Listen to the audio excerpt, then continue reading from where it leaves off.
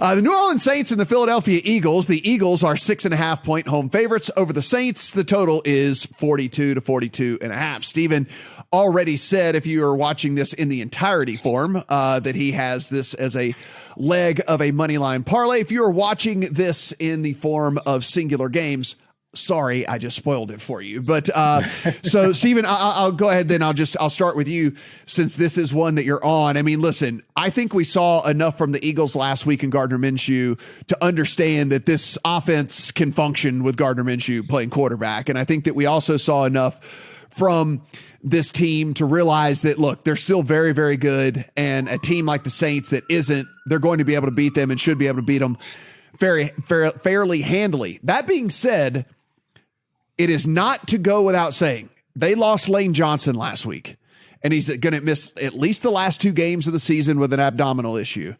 He was Pro Football Focus's number 2 rated pass blocking tackle in all of the NFL. He has not allowed a sack. He has not allowed a quarterback hit all season long, to let you know how good he is. So when we talk about losing these offensive linemen, sometimes there's a difference between losing an offensive lineman and losing a Lane Johnson. And so, like, it is certainly a thing that he is not going to be out there. They also lost Avonte Maddox to a toe injury as well. So the Eagles, we should at least just put it out there.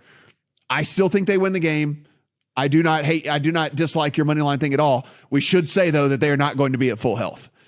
For sure. I think the Lane Johnson thing is something that we bookmark in the back of our brains for the playoff game when it comes, because it's a huge deal, right? And even if he comes back and plays, it's already been reported that he requires surgery on this injury and is just going to try and rehab it and do the best he can to play through it. So he's not going to be playing at 100% when he comes back, and we have no idea if he'll be as effective as he was before the injury when the playoffs come. So everybody bookmark that. We'll figure out how impactful it is in their defensive line matchup when we get to the playoffs, because I don't think it's going to matter this week against the Saints. The Saints defense is getting bolstered over the past 4 to 6 weeks, but they played quarterbacks like Deshaun Watson and crazy Colden Wind, Jimmy I Can't Throw Deep Garoppolo, a combination of Matthew Stafford and Bryce Perkins and Kenny Pickett. So they've also played Desmond Ridder in that stretch. So the Saints defensive numbers are getting bolstered by having to play poor quarterbacks, and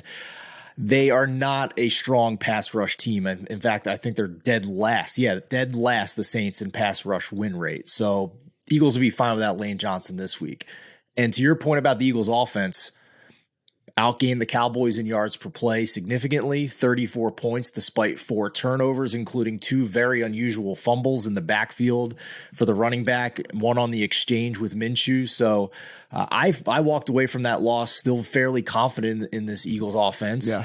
I bet them 5.5. It's now 6.5 with news that Jalen Hurts was at practice, at least doing something on Thursday. So he's not completely ruled out from playing in this game as we record on Thursday afternoon.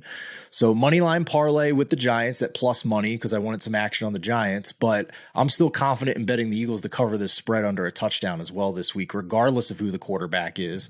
And if it happens to be Jalen Hurts, which we aren't completely sure about at this juncture, it's probably going to be more than a touchdown.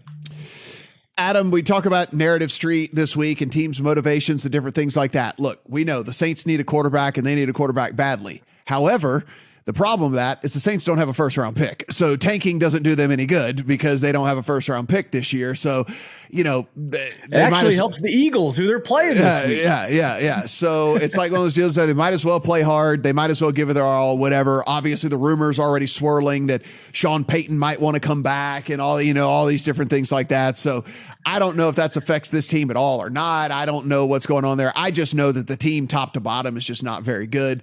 And it certainly starts at the quarterback position. But I mean, pretty much at every level now, you've got Olave, who's going to be, even if he comes back, is going to be dealing with a hamstring issue. We know about wide receivers and hamstrings and all this. So they're just kind of talent devoid, really. They are. I'll start by saying this game's a pass for me. So if you want to hit that plus 30 button, go right ahead on the audio version of the podcast. A point of order, 27 points for that Philadelphia offense last week with the pick 6 thrown in there. And I'll say it only to say this. Fair, but I don't say it to correct you. I say it to say this. even though it was only 27, think about what else went wrong for them with those fluky fumbles that were involved late in the game.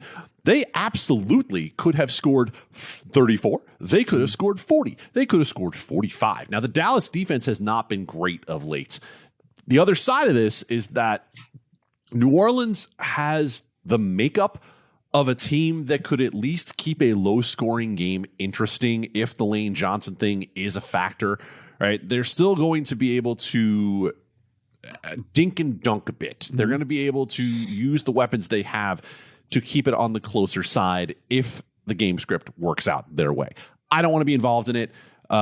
There's enough in terms of how the Saints defense has played the last couple weeks. There's enough in terms of was this a 1 week thing with Gardner Minshew that it'll keep me off. Yeah, it's one of those things for me. I think Steven's way to go about it is probably the best in me. I mean, just like, play a money line parlay and just kind of move on with it. I guess now that it's up to 6.5, if you did want to do some sort of teaser or something, again, just plug into your book and see what the better price is, right? Whether you get it, whether it's a teaser, or whether it's playing a money line parlay or something like that. But the Eagles are going to win. I just don't know exactly how much they're going to win by. And so that's my only kind of pause here in this one. So I imagine they will also end up, I'm going to have a massive round robin of teasers this week. Like, it is going to be just a huge amount of teasers that I have going. Because listen, I think there's just a ton of games that fit the mold. And I think that the Philadelphia Eagles certainly are there as well.